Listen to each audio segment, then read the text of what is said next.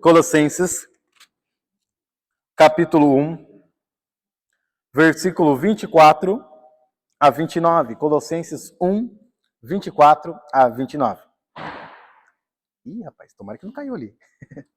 Colossenses 1, 24 a 29. Assim diz a palavra do Senhor.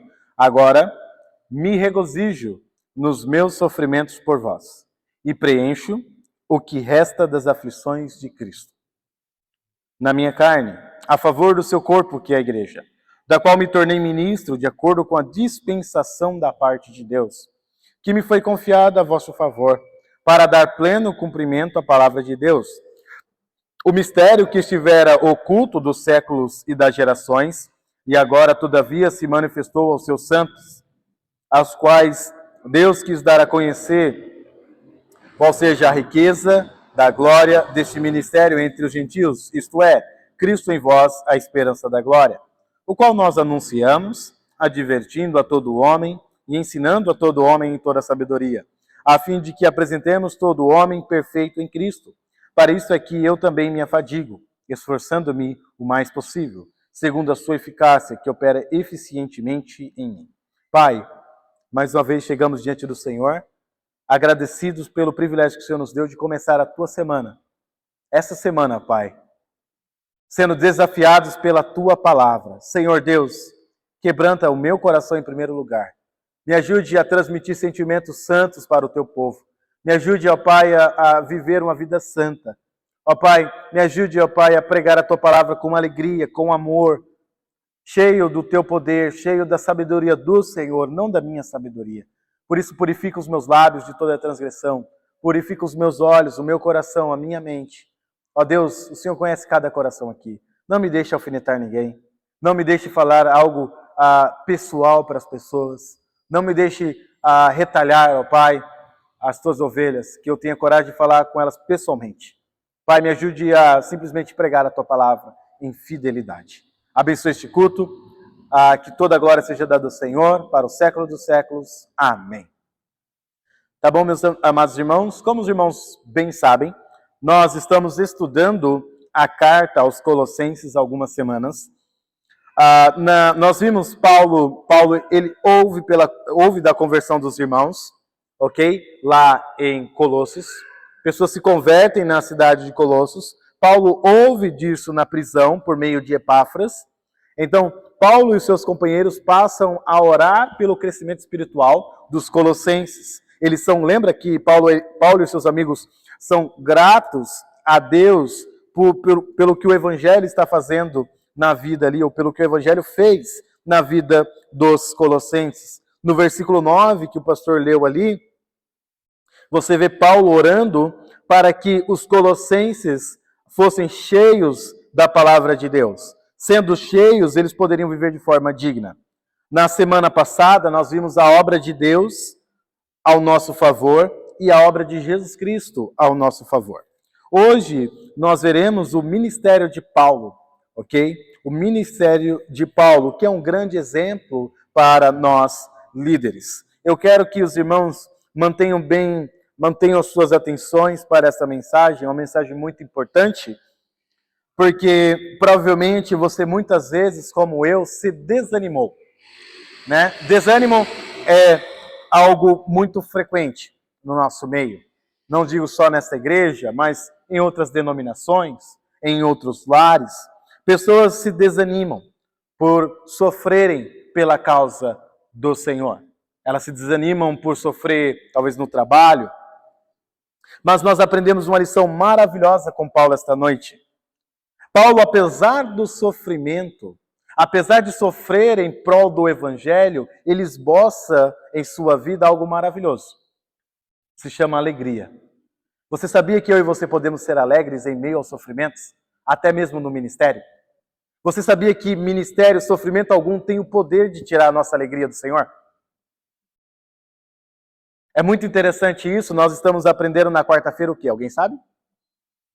O que nós estamos aprendendo na quarta-feira? Quem arrisca? Pastor Jorge? Sermão do Monte. Um dos versículos que Cristo fala no Sermão do Monte Bem-aventurados sois vós, quando perseguidos pela justiça, por causa da justiça, por causa do meu nome. O que ele pede? O que ele fala? Qual é a reação que Cristo pede que tenhamos? Regozijai-vos, grande é o vosso galardão, porque assim como perseguiram os profetas, também estão perseguindo vocês. E é muito interessante isso, porque quando você vai para Atos capítulo 5, se você quiser abrir lá comigo, Atos capítulo 5, os apóstolos tomaram uma surra. Você já tomou uma surra por causa do evangelho? Quantos de vocês já apanharam aqui? Tomaram, não, apanhar é normal, mas apanhar por causa do evangelho. Já tomou umas chicotadas? Alguém já falou para você, ó, não fala mais de Cristo. O que você faria? Se as pessoas te maltratassem para que você não continuasse mais a pregar? Atos capítulo 5 é muito interessante. Atos capítulo 5, versículo 41, 40 na realidade, Atos 5, 40 nos dá uma lição maravilhosa. Chamando os apóstolos, açoitaram-nos e ordenando-lhes que não falassem em nome de Jesus, os soltaram. Eles se retiraram do sinédrio, versículo 41. O quê? Regozijando. O que é regozijar? A mesma palavra lá de Colossenses, se não me engano, mesmo verbo, onde Paulo, eu me regozijo, é esse verbo aqui. Eu me alegro. Os apóstolos, segundo o texto, olha só, eles se retiraram do sinédrio, alegrando-se por terem sido o quê? Considerados o quê? Dignos de sofrerem afrontas por esse nome. E aí você vai para Atos capítulo 16, Paulo, ele ouve o direcionamento do Senhor, ele ouve a direção do Senhor, ele chega num lugar, ok? Pessoas se convertem, lembra que Lídia se converte aqui, ele expulsa o demônio de uma jovem. E o que acontece? Talvez você pensaria comigo, eu estou fazendo a vontade de Deus, o que eu mereço? O inferno, em primeiro lugar, tá bom? Mas se estou fazendo a vontade de Deus, o que você espera quando você está fazendo tudo certo? Estou ouvindo a voz de Deus, estou seguindo a direção de Deus na minha vida, estou ajudando pessoas estão conhecendo Deus, o que eu quero? Mar de flores, bênção. E o que o Paulo recebe? Ele e Silas. Meia-noite, o que eles estão fazendo na prisão? Cantando e elogiando Deus. O que nós conseguimos aprender através da vida do nosso irmão Paulo, meus irmãos, é que sofrimento algum pode tirar nossa alegria. Quando eu e você quando Deus é a nossa motivação, quando Deus é a nossa maior fonte de alegria, quando Deus é a nossa única fonte de alegria, meus irmãos, nós faremos como Paulo no versículo 24. Agora me alegro. Me alegro nos meus sofrimentos por vós, em favor de vós, por vossa causa. Eu me alegro por estar sofrendo em benefício do Evangelho. Eu me alegro em sofrer por vocês. Alguns poderiam ser tentados a pensar, poxa vida, coitado de Paulo. Ele deve estar tendo uma vida muito frustrada. Ele deve estar frustrado na prisão. Porque ele foi preso, não sei porquê. Ele foi preso por algum motivo. Coitado, ele está lá. E Paulo fala, eu me alegro. Eu estou alegre por sofrer por vocês. Pastores aqui presentes, líderes, irmãos, é um privilégio sofrer pela causa de Deus. É um privilégio se desgastar pelas coisas de Deus.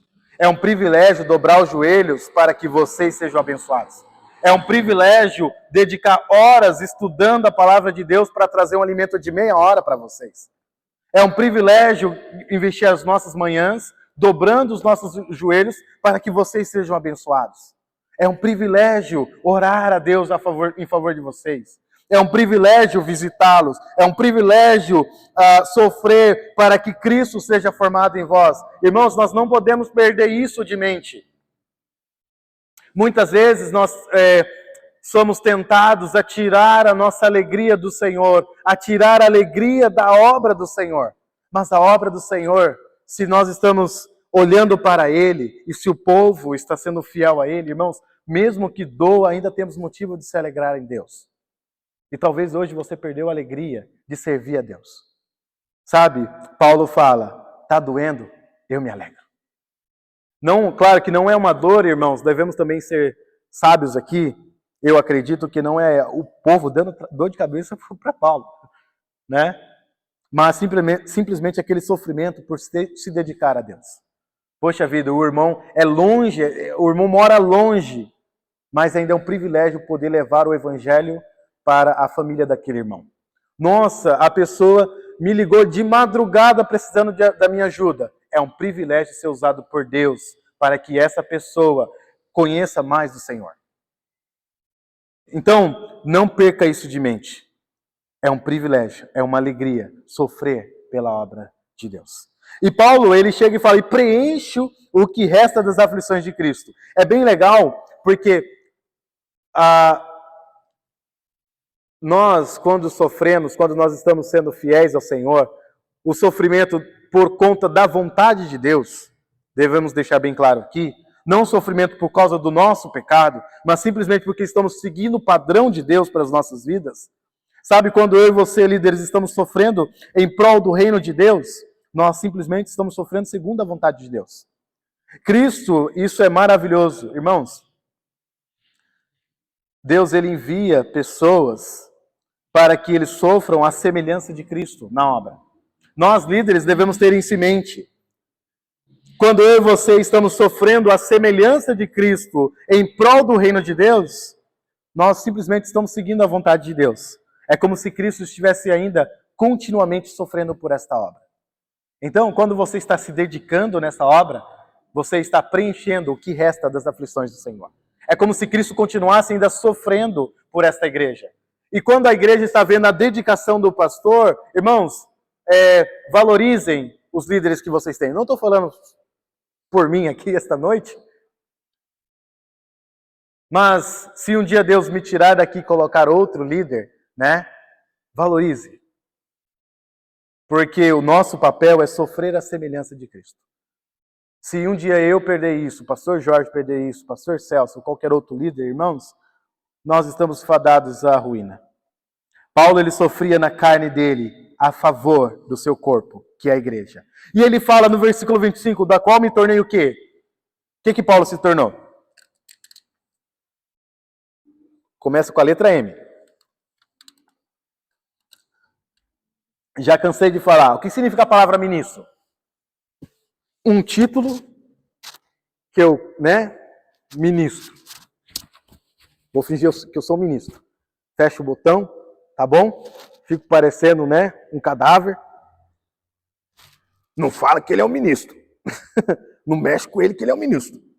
Ele é o diretor tal, ele é o pastor tal. Vai morrer e vai feder como qualquer pessoa. Vai morrer e vai feder como qualquer pessoa. A palavra ministro significa o quê? Servo. Ministro é servo. Diácono é o quê? Ministro. É a mesma palavra para ministro aqui. Diácono é o quê? Servo. É título de se exaltar? É título de bater no peito? Eu sou o diácono da igreja, me respeita. Você é um servo. Eu sou ministro de louvor, você é um servo. Eu sou ministro tal, você é um servo. E Paulo fala assim, da qual, ou seja, eu me tornei um servo da qual? De quem? Da igreja. Da qual, olha só o contexto, e preencho o que resta das aflições de Cristo na minha carne, a favor do seu corpo, que é a igreja, da qual, ou seja, desta igreja, eu me tornei servo. Eu sou o servo da igreja. Paulo era um apóstolo, era um líder, aquele que foi enviado para trazer o fundamento da igreja, a doutrina de Cristo, e ele fala, eu sou um servo da igreja. Eu sou o servo da igreja. Logo, o título de liderança não é para exaltação, para louvor próprio, mas é um título onde você deve entender que o seu título ali é para servir o seu irmão, servir o próximo. E aí o texto continua com a dispensação da parte de Deus. Paulo fala, eu me tornei ministro, eu me tornei um servo, segundo a responsabilidade. A palavra dispensação significa responsabilidade. Então, eu me tornei um servo da igreja, segundo a responsabilidade que recebi de Deus. Ou seja, líderes, nós recebemos da parte de Deus o quê? Essa responsabilidade de sermos servos da obra. Pastor não é título então de bater no peito. Eu sou pastor. Claro que, vamos lá, nós devemos respeitar os nossos líderes. Um deve respeitar o outro. Se Deus colocou o pastor Jorge como nosso líder, nós devemos respeitá-lo. Não idolatrá-lo, mas respeitá-lo porque Deus colocou este homem, colocou a mim, colocou o pastor Celso e outros como líderes, mas de forma alguma idolatrá-los. Mas respeitá-los, considerar a liderança desses irmãos. Paulo fala que então ele recebe essa responsabilidade de cuidar da igreja, que me foi confiada, novamente, a vosso favor, para dar pleno cumprimento à palavra de Deus. E aí ele vai falar sobre o mistério. A palavra mistério significa segredo. Um segredo que estivera oculto dos séculos e das gerações. Agora, todavia, se manifestou, se tornou claro aos seus santos, aos salvos, os quais Deus quis dar a conhecer, qual seja a riqueza, o esplendor, a maravilha da sua glória, da glória desse mistério, desse segredo entre os gentios. Isto é, Cristo habitando em nós, Cristo morando em nós, Cristo sendo a nossa esperança de vida eterna. Esse é um mistério que antes estava oculto no Velho Testamento.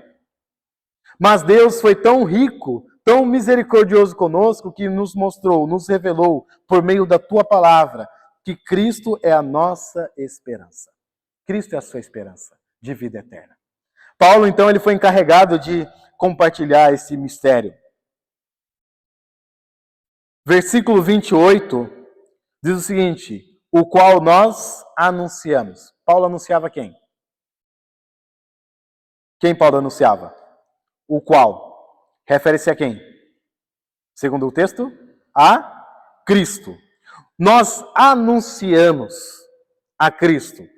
E ele diz que esse anunciar envolve duas coisas aqui: advertir e ensinar. Paulo, ele aconselhava as pessoas. Eu estou anunciando Cristo. E nesse anúncio, nesta pregação, eu aconselho as pessoas. Aconselho as pessoas, eu advirto as pessoas. Eu exorto as pessoas. E é muito legal isso, meus irmãos. Porque muitas vezes na pregação, o que nós esperamos? Massagem no ego, né? Aquela massaginha, o pastor falou que eu sou espelho, a imagem que reflete. Não, eu não falo isso, tá bom? Não espere isso de mim. Mas sempre queremos aquela massagem. Às vezes Deus vai enviar uma mensagem onde vai confortar os nossos corações. Não estou dizendo que também Deus só manda paulada, né? Mas há aquelas mensagens que realmente a gente sai assim: obrigado, Senhor, precisava disso, precisava desse encorajamento. Mas às vezes Deus manda cautela para o povo dele. E Paulo cautelava, né? Trazia cautela para todos os homens através de Cristo. E ele ensinava a todos os homens com toda a sabedoria. Ou seja, olha só que interessante. Quando você for ensinar alguém, você deve ensinar de que forma? Ramine, para te acordar, meu bem. Você for ensinar as crianças, você deve ensinar de forma insensata ou de forma sábia? Com toda essa, já dei as duas opções para não falar besteira, né? Quando você for ensinar alguém, ensine com toda a sabedoria. Seja sábio ao ensinar. E essa sabedoria provém de Cristo, no qual estão ocultas todas as riquezas de sabedoria, a fim de que apresentemos todo homem perfeito em Cristo. Paulo, então, ele anunciava Cristo com um propósito. Qual era o propósito de Paulo? Apresentar homens, uma igreja perfeita, madura. Irmãos, qual deve ser a nossa dedicação? Qual deve ser a sua dedicação no seu lar? Você deve anunciar Cristo para os seus filhos. Deve aconselhá-los, adverti-los, exortá-los, ensiná-los com toda a sabedoria. Qual é o seu propósito ao fazer isso no seu lar? Eu quero que Cristo seja formado nos meus filhos, nos meus alunos e nas minhas ovelhas. O propósito, então, de você ensinar, não é só ensinar por ensinar. Não é só jogar informação para o povo e ir embora. Eu não devo estar aqui só para jogar informação para o povo. Olha, eu quero só trazer uma mensaginha. Não deveria ser assim as nossas reuniões. O nosso ensino deve ter propósito de tornar as pessoas à semelhança de Cristo. A ideia de perfeito é maduro. Eu ensino, eu me esforço no meu ensino para que em vocês sejam formados Cristo. Então, quando você estiver ensinando na sua casa, ou aqui na frente, ou na sala de aula, seu desejo é o quê? Eu quero que o meu filho, as minhas ovelhas, sejam parecidas com o Senhor Jesus. E aí Paulo fala algo maravilhoso no versículo 29. Para este propósito, é que eu também me afadigo. Muitas vezes, nós não queremos lutar pelas coisas de Deus. Não queremos batalhar. A ideia de eu me afadigo é eu trabalho duro, eu me esforço. Se você, por exemplo, hoje tivesse a oportunidade de conversar com um atleta famoso e perguntasse como você venceu tal torneio, tal disputa, foi pela sorte? Foi pelo acaso? Ele vai rir de você, vai falar, olha, eu me esforcei muito, eu treinei dia e noite. E muitas vezes nós esquecemos que se eu e você queremos que as pessoas andem à semelhança de Cristo, exigirá da nossa parte o quê? Luta. Paulo fala, e para isso é que eu me afadigo. Então, se você quer que seu filho, se você quer que esta igreja, se você quer que os seus alunos sejam a imagem de Cristo, irmãos, exigirá da nossa parte o quê? Luta. Não tem como encher uma igreja se prostrando, perdoe-me, não tem como encher uma igreja ficando parado. Não tem como formar a semelhança de Cristo nas pessoas de braços cruzados. Exige da nossa parte o quê? Muita oração. E exige da nossa parte muito estudo para que nós não ensinemos coisas erradas para as pessoas. Mas muitas vezes nós queremos que as pessoas sejam fiéis, sejam dedicadas, sejam fervorosas, mas não há nenhum fervor da nossa parte, nenhum momento árduo da nossa parte em formar nessas pessoas o caráter de Cristo. Precisa haver da nossa parte dedicação. Deixe-me só explicar uma parte, né? Eu falei sobre não se prostrar. Na realidade, só cortando isso aqui, né, para não sair como heresia. Nós devemos se dedicar, se prostrar no sentido de orar, não se prostrar no sentido de viver na preguiça, tá bom? Só explicando um pouquinho aí a ideia. Mas Paulo fala o seguinte, eu me esforço, eu luto. E essa luta envolvia o quê? Esforço. Esforçando-me o mais possível. Nós vemos sempre na Bíblia esses dois aspectos, o aspecto divino e o aspecto humano. Paulo fala o seguinte, eu me esforço segundo a eficácia, a energia que opera eficiente em mim em poder. Paulo fala o seguinte, olha, eu me esforço segundo o poder de Deus que opera em mim. Então, irmãos, isso é muito interessante, porque a demonstração de poder na obra de Deus não é nossa, é simplesmente de Deus trabalhando em nós. Mas muitas vezes esquecemos disso, de deixar Deus operando eficientemente em nós. Quer demonstrar poder na obra de Deus? Deixe Deus trabalhar no seu caráter. Quer mostrar poder na obra de Deus? Deixe que Deus opere eficientemente em você. E aí 1 Pedro 4,11 nos dirá algo fascinante, que eu quero desafiar a amada igreja. Talvez você, como eu, tenha um tempo corrido, né? Você tem um tempo corrido? Das 7 às 5, aí depois tem família, aí agora tem bebê lá no fundo, né? Logo, logo chegará o meu. Meus cabelos brancos estão começando a crescer, né? A calvície já está batendo na porta, a dor na coluna, e, né? Enfim. Talvez você tenha uma vida corrida. Eu não quero ser injusto com a sua vida. Por isso as Escrituras nos dão sabedoria. Lembra o que Paulo fala? Eu ensino todos em sabedoria. Olha o que 1 Pedro 4,11 nos diz. Se alguém fale de acordo com os oráculos de Deus. Fale de acordo com a revelação da palavra de Deus. Se alguém serve, faça-o na força que Deus supre. Para que em todas as coisas seja quem? Seja Deus glorificado por meio de Jesus Cristo, a quem pertence a glória e o domínio pelos séculos dos séculos. Amém. Então, irmãos, você tem pouco tempo? Sim ou não? Eu acredito que todos vocês têm uma vida muito corrida. Então eu não posso falar para vocês, irmãos, abandone seus empregos, porque vocês dependem dele para comer, acima de tudo de Deus. Mas, irmãos, o que Deus tem te dado? Qual a força que Deus tem te dado? Qual é o tempo que Deus tem te dado? Sirva o Senhor de acordo com a força que você tem recebido de Deus. O tempo que você tem recebido de Deus. Não desperdice o seu tempo com coisas fúteis. Sabe, consagre a sua vida ao Senhor. Eu tenho aprendido isso. Olha, eu queria ter o tempo integral, dedicado para a obra de Deus. Não tenho. Então o que eu faço? O pouco que eu tenho, eu dedico ao Senhor. Dedico na obra do Senhor. Claro que no futuro eu vou ter aí, sei lá, 1, 2, 3, 10 filhos, não sei, né? Mas eu tenho que dedicar ao Senhor, à minha família. Então a Bíblia nos ensina a ter sabedoria.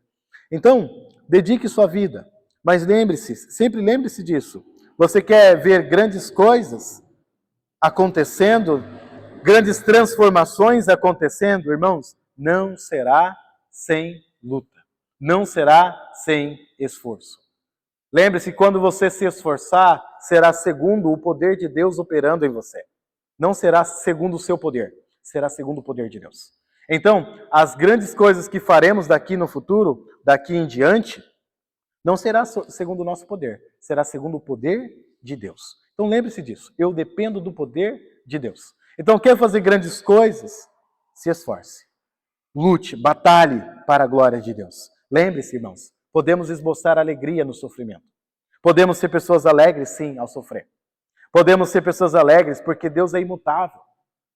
Ainda que a figueira não floresça e não haja fruto na vide, ainda nós podemos nos alegrar no Senhor. Então, Deus é a nossa fonte de alegria. Se você está seguindo Deus fielmente e está passando por provação no ministério ou na sua casa, não desanime. Ainda há motivo de se alegrar no Senhor. Se você está se dedicando na obra e tem aparecido provações, alegre-se em Deus. Amados irmãos, eu deixo esse desafio para cada um de nós. Nós temos motivos de se alegrar em Deus no ministério. Pai, obrigado por esse tempo. Obrigado por essa palavra, obrigado por esse encorajamento. Nos ajude a estarmos alegres em Ti. Perdoe-me pelos tropeços na minha linha de raciocínio, na mensagem. Perdoe se falei algo que não está de acordo com a Tua palavra. Perdoe-me, Pai, se trouxe mais confusão do que a sabedoria. Pai, me ajude a ser um homem humilde e simples. Que a paz do Senhor esteja com o Teu povo esta noite.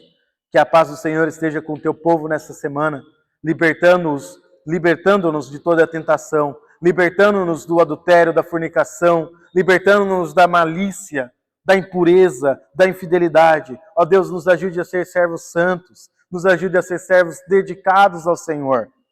Pai, não nos deixe cair em tentação, que a Tua paz nos guie, ó Pai, que nós possamos, ó Pai, amar o Senhor de todo o nosso coração. Abençoe o Teu povo, abençoe a Tua casa.